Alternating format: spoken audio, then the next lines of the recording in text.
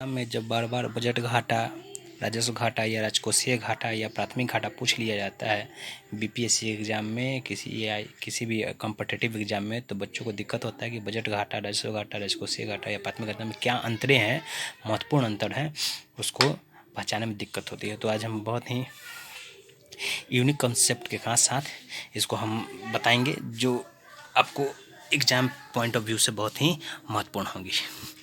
सबसे पहले तो इस जानिए कि बजट घाटा जो होता क्या है। यह बजट घाटा जो है यह बजटीय व्यय और बजटीय प्राप्ति का अंतर होता है। बजटीय व्यय का मतलब कि जो हमारा बजट आ रहा है उस बजट में क्या प्राप्तियां है और क्या व्यय होने वाला है, उसका सिर्फ अंतर है यह।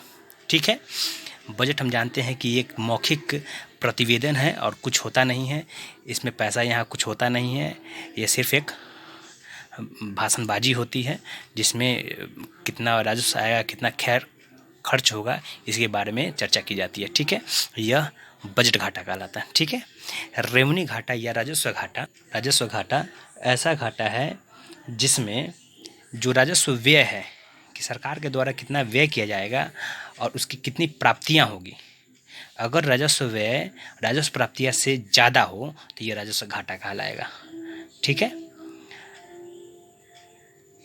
इतना समझ में आ गया कि राजस्व व्यय अगर प्राप्ति से भारत सरकार को जो भी पैसा आएगी उससे ज़्यादा अगर व्यय कर रहा है तो वो राजस्व घाटा कहलाता है। राजकोषीय घाटा, तो राजकोषीय घाटा एक ऐसा घाटा है जिसमें बजट घाटा कि हमारा तो ऐसे भी बजट जो घाटा होता है, जो बजट होती है वो घाटे का ही बजट होता है। बजट भी 3 प्रकार के होते हैं, संतुलित बजट, घाटे का बजट और अधिशेष बजट। तो भारत जैसे विकासशील देश में ऐसा देश जो विकास कर रहा है उसमें हमेशा घाटे का बजट होता है।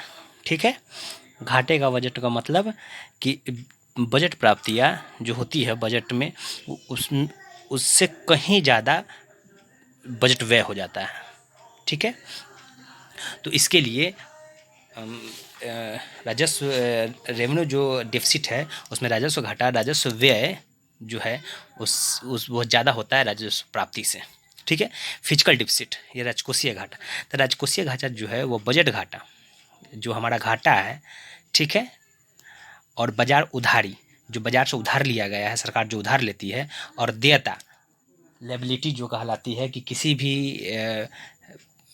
जब हम देश से दूसरे देश से जब हम ब्याज कर्ज लेते हैं तो उसके रूप में कुछ लायबिलिटी होती है जो हमको देना पड़ता है ब्याज के रूप में, उसको देयता कहा जाता है। ठीक है, तो ये जब राजकोषीय घाटा तीनों को जोड़कर हमारा घाटा बाजार की उधारी और देयता को मिलाकर राजकोषीय घाटा होता है। ठीक है, प्राथमिक घाटा, तो प्राथमिक घाटा यह सिंपल सा चीज़ है कि सरकार को जो भुगतान करना है ब्याज, तो जो हमारा टोटल जो देना है लायबिलिटी है उसमें ब्याज भुगतान को घटा लेते हैं, तो ये हमारा प्राथमिक घाटा कहलाता है।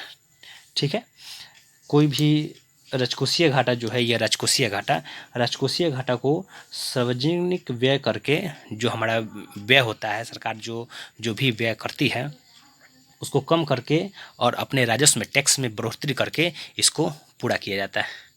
ठीक है,